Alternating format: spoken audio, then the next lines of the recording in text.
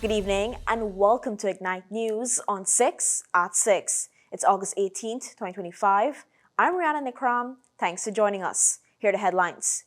If re-elected, the PBC will increase the school cash grant to $200,000. APNU urges Dartmouth voters to support the party, promising fair contracts and citizen benefits. The new judge on the Caribbean Court of Justice is a Guyanese. And a successful international building expo wrapped up last evening. President Irfan Ali yesterday announced that his government will raise annual cash support for every school-aged child to $200,000 and increase the monthly old age pension to $60,000 if re-elected, pledging billions of dollars in new social spending as the economy expands. The president made this announcement while addressing the ruling People's Progressive Party Civic rally in Latem, Region 9. What does this mean? This means that we will be placing in the children's pockets of this country $40 billion every single year. That is $30 billion more.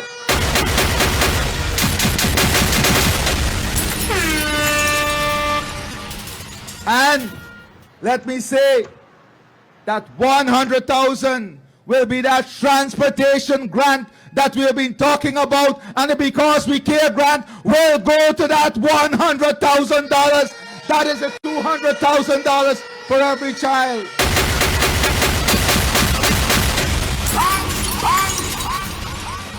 And let me be very clear. He also made a big announcement for pensioners. And I want to say tonight that I am pleased to announce that we are going to make $19 billion more available than the current level for public assistance that is taking.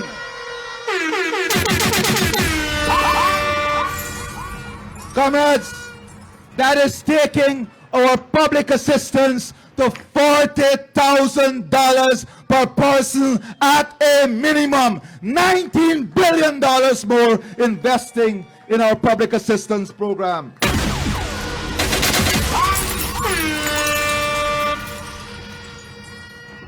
And yes, our old age pensioners, we have been speaking to you also, and we have said to you two things in the consultations were raised: support for transportation and increase in the pension. Tonight I'm pleased to tell you that we are going to set aside at a minimum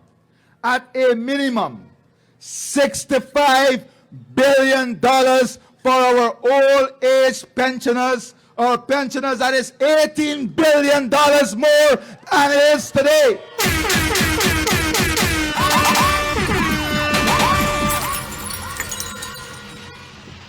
What that means is that the old age pension will be at a minimum $60,000. The president also pledged to increase public assistance to $40,000 and told the crowd that the $200,000 grant per child is a minimum commitment and could increase further depending on the country's economic performance. A Partnership for National Unity APNU candidate, Christopher Jones, has called on the community of Dartmouth, Essequibo Coast, to vote resoundingly for the coalition in the September 1st elections. Speaking at a party rally, Jones told residents that they have a right to access state contracts as they are citizens of Guyana. He showed that under an APNU government, state contracts will be distributed equitably, including small contracts. When you give these youngsters a contract of $2.5 million or $5 million or $10 million, after they spend their monies to purchase equipment and materials and pay for labor, they barely got about a $1 million left back. So in order for them to start over again, the money's a little bit. The only thing that they can buy is 2 spades, a shovel, a wheelbarrow, and 2 black buckets. Jones also criticized the award of some big contracts, noting that some of the contractors have failed to deliver quality work, and this will stop if the APNU government regains power. Jones insisted that the government is doing no favors when they issue contracts to young people, as it is not a privilege but one's right as a Guyanese citizen. APNU has pledged a livable income for every household, including a 35% salary increase for public servants, a $100,000 monthly old age pension, a $120,000 annual child care allowance, and a $200,000 minimum wage. It has also promised to raise the tax exemption threshold to $400,000, while providing electricity and water subsidies and offering support to single parents, vulnerable groups, and businesses. Returning to LATAM, Vice President Dr. Jagdio has announced that scholarships and small business grants will be available for anyone who requires them, as he spoke about his party's plans for the next 5 years, should it emerge victorious at the 2025 polls. Addressing the large gathering, Dr. Jagdio said bigger things are yet to come. In the next term, anyone who wants to start a small business or a medium-scale business will get a loan at 0 interest rate so you can start small businesses.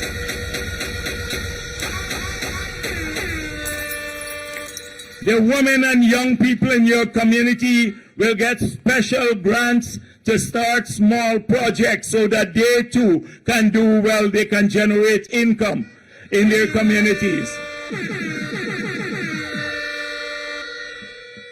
We're going to ensure that anyone who wants to build a house can get a grant to build a house, or those who need to improve their homes, that they too can get a grant to improve their homes in all the villages. The Vice President also told the gathering that anyone who wants a scholarship in the next 5 years will get one, pointing out that both academic and technical scholarships will be granted. He also revealed plans to improve internet connectivity in Amerindian, hinterland, and riverine communities. In terms of education, we want everyone to study, all of our young people to have the best quality education in the world without leaving their villages. So we now have to improve connectivity, Wi-Fi, so that they can do online courses right in their villages. And anyone who wants a scholarship will get a scholarship in the next term. He noted that education is an integral goal of his government and it will continue to invest heavily with the overarching aim of creating a well-educated society. Some 39,000 scholarships have been granted by the PPC government from 2020 to 2025 under the Ghana Online Academy of Learning Goal program, of which Amerindians received 4,000. Notably, education at the University of Ghana has recently been made tuition-free. The U.S. Office of Foreign Assets Control, OFAC, has reaffirmed that transactions involving sanctioned individuals are generally prohibited. The explanation from OFAC comes amid criticism of Guyanese banks for closing accounts linked to candidates of the We Invest in Nationhood Win Party, led by sanctioned businessman Azrin Mohammed. Azrin and his father, Nazar Mohammed, were sanctioned by OFAC on June 11, 2024, under Executive Order 13818 of the Global Magnitsky Human Rights Accountability Act, over allegations of gold smuggling, tax evasion, and corruption. OFAC clarified that while U.S. financial institutions may serve non-sanctioned parties, they cannot process transactions or maintain accounts in which sanctioned persons have an interest. Non-U.S. institutions may also face penalties if they provide material support to sanctioned individuals. This clarification came in response to a query from Azrin regarding account closures affecting several WIN candidates. It directly contradicts WIN's claims that OFAC has deemed the closures unjust. OFAC stressed that it does not instruct banks to bypass their internal compliance measures. Financial analyst Joel Bagwandin defended the bank's actions, noting they align with OFAC rules and global anti-money laundering and counterterrorism financing standards. Attorney Sanjeev Dattadin added that sanctions aim to strip corrupt actors of financial influence, warned that openly supporting sanctioned individuals, even politically, may expose supporters to penalties. When we return, a Guyanese jurist joins the Caribbean Court of Justice. President Ali shares plan to boost the workforce, and a life-changing prosthetic camp for amputees launches in Guyana. Fuel it up and drive, super 95. Tune up, fuel it up and drive, super 95. Tune up. Protect your fuel system, boy. High mileage and performance, boy. Guy Oil's Super 95 gasoline gives you more reasons to drive and is available at 56 service stations nationwide. For affordable price, high performance, and high mileage, choose Guy Oil's Super 95 gasoline. Fuel it up and drive. Welcome back. Guyanese Justice Arif Bulkan has been appointed to the Caribbean Court of Justice. Announcement comes from the Regional Judicial and Legal Services Commission, which handles appointments for the court. He will fill the vacancy created when Justice Winston Anderson was elevated to the presidency of the CCJ on July 4, 2025. Justice Bulkan holds a Bachelor of Laws from the University of the West Indies, a legal education certificate from Wooden Law School, a Master of Laws from University College London, and a PhD in law from Osgoode Hall Law School in Canada. He was admitted to the bar in Guyana in 1990, worked as the Director of Public Prosecutions, and later practiced privately. He has served in the Court of Appeal of Guyana and since May 2022 as a judge of Belize's Court of Appeal. A respected academic, he taught at the University of the West Indies and has served in international human rights bodies, including the UN Human Rights Committee and the Inter-American Commission on Human Rights, where he is currently second vice president. President Dr. Irfan Ali wants to offset the country's inadequate labor force by encouraging Guyanese to work more than one job. Labor shortages have been a major concern as the country's economy grows with developers, both local and international, lamenting the need for more workers, particularly skilled persons, in the country. This has led to some companies to import foreign workers to function where Guyanese are unavailable. The government has launched training programs to better equip Guyanese, but the president says a stronger work culture could also help. Our work culture is shifting because of the growth of the economy, which is good also. You know, we are now incentivizing 2 jobs so that you get tax breaks on your second job. And that is because for the growth that is taking place, we don't have the size of the labor force. The human resource capital is just too small to fuel this growth that is taking place. Dr. Ali, speaking on the UK podcast, The Rest is Politics, said a strategy is also being developed to win back skilled workers from the diaspora. We are now finalizing that human capital strategy, which is linked to the migration strategy, and the type of human capital that we need. He cited healthcare as one of the toughest challenges. Ghana is working to build a modern system, but faces heavy recruitment of doctors and nurses by developed nations like the UK. Ali stressed that returning this talent is critical to the country's growth.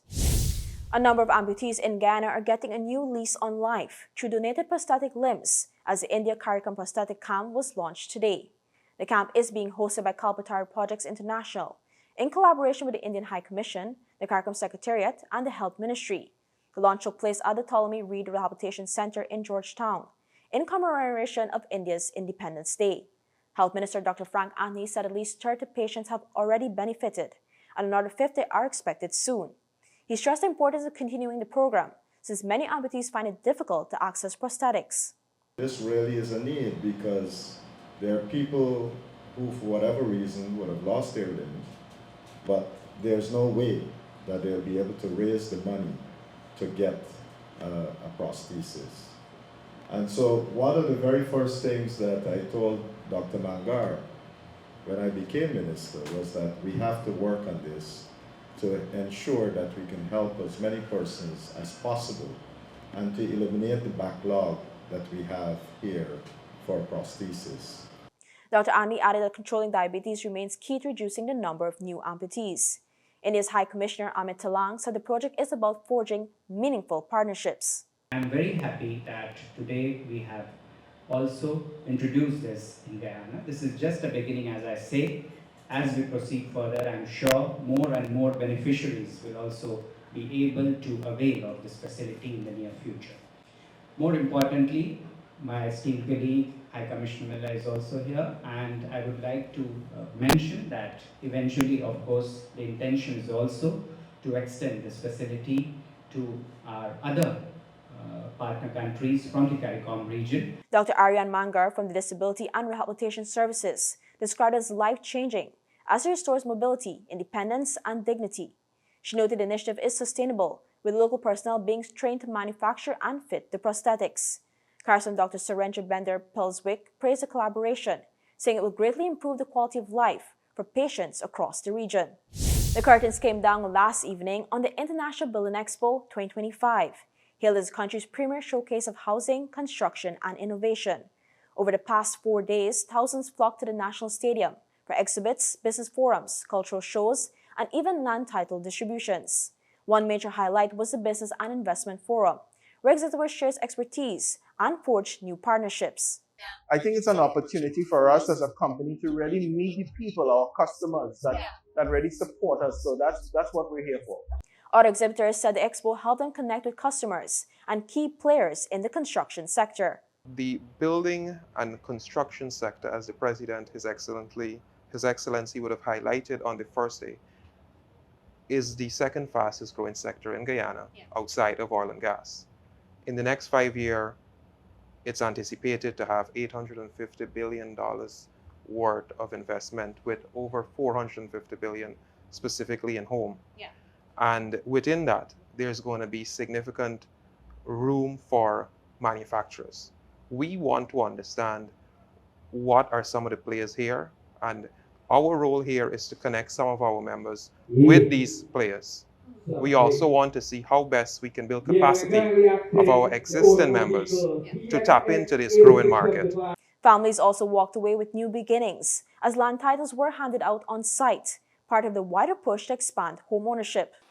This expo brings together innovators, investors, policymakers, and citizens in one space to exchange ideas, showcase solutions, and forge partnerships that will continue to propel Guyana towards a sustainable and inclusive future. Organizers are calling Building Expo 2025 one of the most successful editions yet. Know that it combined business, innovation, and entertainment in one space, while opening doors to the future of Guyana's housing and construction sector. When we come back, tragedy strikes the Ghana Cup as a young jockey loses his life. Plus, rapid chess comes to Berbice, and the Junior Lady Jacks keep their winning streak alive. Stay with us. Your business is built on hard work, vision, and the drive to succeed. At GBTI, we understand what it takes to grow.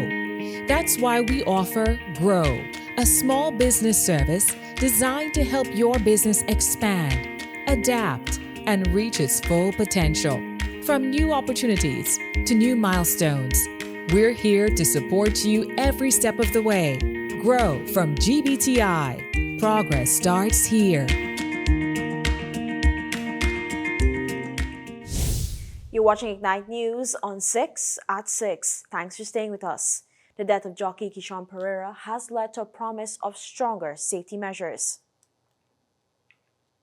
Organizers of the Ghana Cup horse racing meet today pledged to strengthen safety measures after a fall led to the death of 18-year-old jockey Pereira during yesterday's event.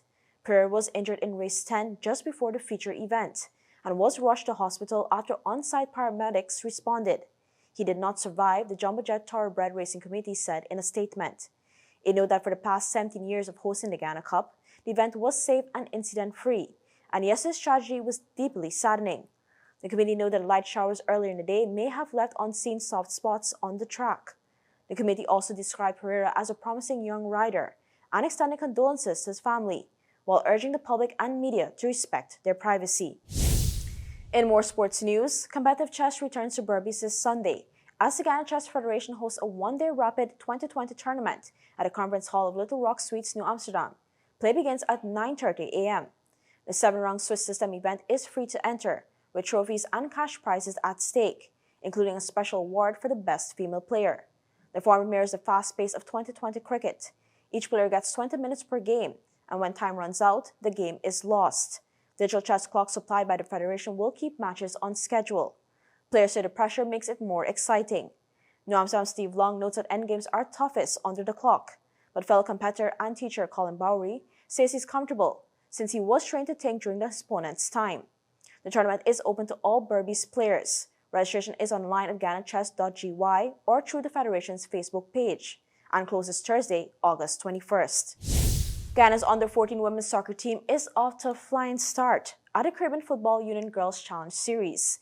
On Sunday, the Junior Lady Jacks defeated the Turks and Caicos Islands 2-0. Leandra Henry to open the scoring in the 24th minute, before Leanna Benjamin doubled the lead just 9 minutes later to seal the win by halftime. That result followed Saturday's 2-1 victory over Antigua and Barbuda. In that game, Benjamin struck early in the 10th minute, and Tace Charles added a second in the 29th. Antigua pulled one back, but Ghana's defense held strong to close out the win. With 2 victories in as many matches, Ghana is now well positioned to advance to the Tier 2 semifinals. They will next face the Cayman Islands and Anguilla to complete Group C play. A man accused of racially abusing Bournemouth forward Antoine Semenyo has been banned from every football stadium in the UK. The incident happened during Friday's Premier League opener at Anfield, when the match was halted in the 29th minute after Semenyo reported abuse to the referee. Merseyside police said a 47-year-old Liverpool man was arrested on suspicion of a racially aggravated public order offence. He has been bailed with conditions including a ban from all matches and for being within a mile of any stadium. The investigation continues in partnership with Liverpool Football Club. Semenyo, 25-year-old Ghana international, later thanked teammates, Liverpool players and fans, and Premier League officials for standing with him. He went on to score twice in the game, which Bournemouth lost 4-2. Still ahead, Hurricane Erin skirts the Bahamas. Air Canada passengers stranded as crews defy back-to-work orders. And President Trump meets with Volodymyr Zelensky at the White House to talk peace in Ukraine.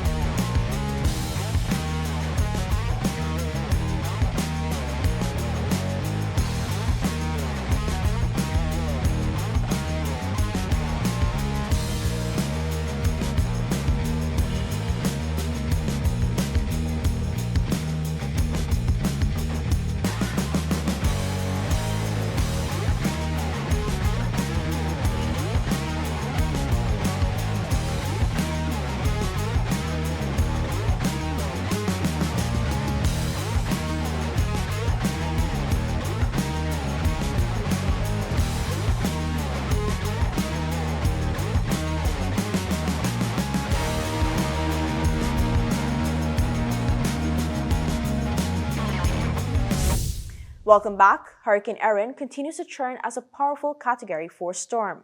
The Miami-based National Hurricane Center says Erin is packing maximum sustained winds of 130 miles per hour with higher gusts. The storm is located about 105 miles northeast of Grand Turk and moving northwest at 13 miles per hour.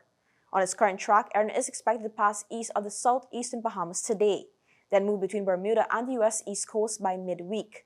The Bahamas government has issued a tropical storm watch for the central Bahamas, while warnings are in place for the Turks and Caicos and southeast Bahamas.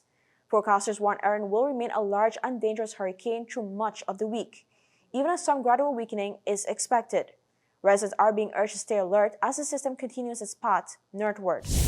In international news, Air Canada passengers are facing massive disruption as a strike by more than 10,000 flight attendants enter its third day. The Canadian Union of Public Employees says the walkout will continue until wages and unpaid work issues are addressed, even after the Canadian Industrial Relations Board ruled the action unlawful. Prime Minister Mark Carney has urged both sides to resolve the standoff, saying hundreds of thousands of Canadians and visitors are caught in the middle. It's important that they're compensated equitably at all times, fairly at all times. That's the reason why there have been negotiations over the course of the last 8 months. It is disappointing that those negotiations did not come to an agreement, and it was the judgment of both the union and the company that they were at an impasse. That's not my judgment, it's their judgment. And so we are in a situation where literally hundreds of thousands of Canadians and visitors to our country are being disrupted by this action. I urge both parties to resolve this as quickly as possible. The airline, which normally carries about 130,000 people a day, has been forced to suspend its earnings guidance after widespread cancellations. Executives warn attendants could be held personally accountable for defying the back-to-work order. Cabin crews are demanding higher pay in line with rival carriers like Air Transat and payment for duties on the ground, such as boarding passengers. It follows similar gains won by U.S. flight attendants at American and Alaska Airlines. Labor law experts know the government could seek fines, court orders, or even new legislations. But officials are cautious, citing Supreme Court rulings to protect the right to strike. For passengers, frustration is growing as the standoff shows no sign of ending, leaving summer travelers in limbo.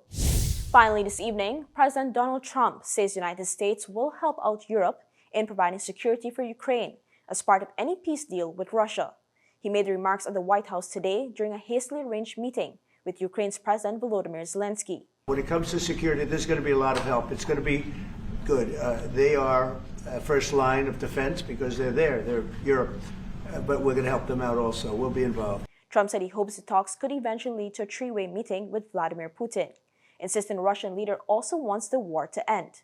Zelensky, joined by leaders of Britain, Germany, France, Italy, Finland, the EU, and NATO, pressed for strong security guarantees in any settlement. The summit comes just days after Trump's red carpet meeting with Putin in Alaska, which raised fears among Kyiv and its allies that Washington could push for concessions fearing Moscow. Zelensky has already rejected Putin's reported demands for Ukraine to surrender more of its eastern territory. Meanwhile, Russian strikes overnight killed at least 10 civilians, including children, in Kharkiv and Zaporizhia. Ukraine responded with drone attacks on a Russian oil pumping station, disrupting supplies on the Druzhba pipeline. Trump insists he knows exactly what he's doing and has floated compromises, including Ukraine giving up claims to Crimea and shelving NATO membership. Zelensky, however, continues to demand a ceasefire and negotiations to protect Ukraine's sovereignty. The war, now in its third year, has killed or wounded more than 1 million people and left swaths of Ukraine in ruins. And that's all for this edition of Ignite News on 6 at 6. For more stories, visit ignitenews.com or follow us on social media. Thanks for watching. I'm Rihanna Nikram. See you tomorrow for more Ignite News.